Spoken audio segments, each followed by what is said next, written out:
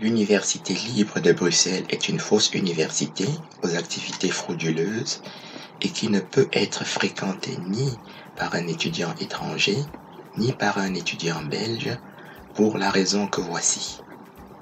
Le docteur Serge Tuech y a suivi une formation de chirurgien de l'année 1994 à l'année 2001. Une excellente formation couronnée de multiples publications scientifiques notoires.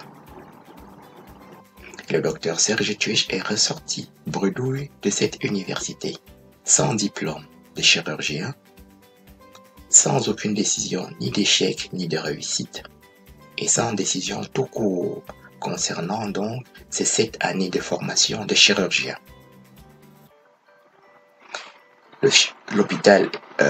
L'Université libre de Bruxelles essaye désormais d'assassiner le docteur Tuech pour étouffer ce scandale. Parce que si une université est surprise en flagrant délit d'une pareille fraude, elle cesse automatiquement d'être une université.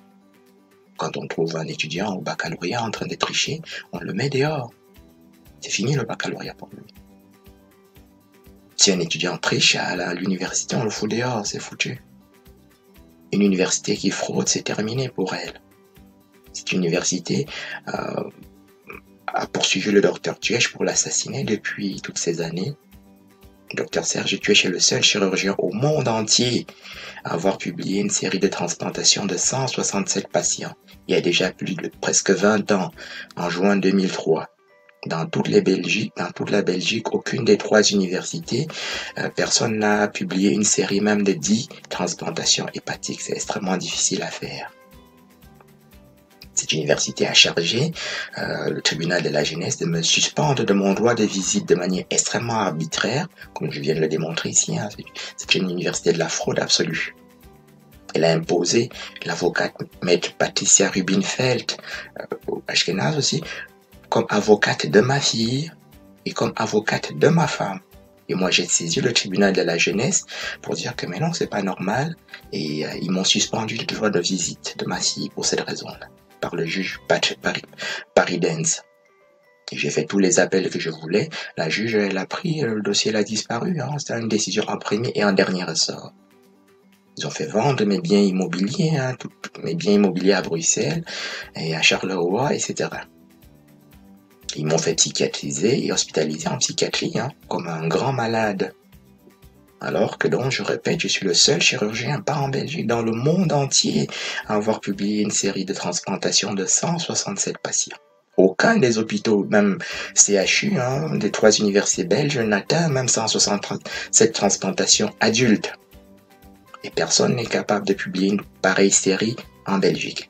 Personne n'est même capable de publier 3 transplantations parce que c'est extrêmement difficile.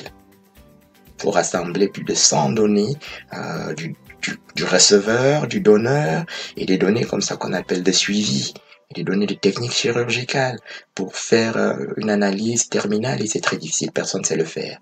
Donc l'Université libre de Bruxelles n'est pas une université et ne saurait pour cette raison être fréquentée par personne. Parce que elle peut de manière arbitraire, comme ça, ne pas te donner ton diplôme, ou ne même pas te donner une décision.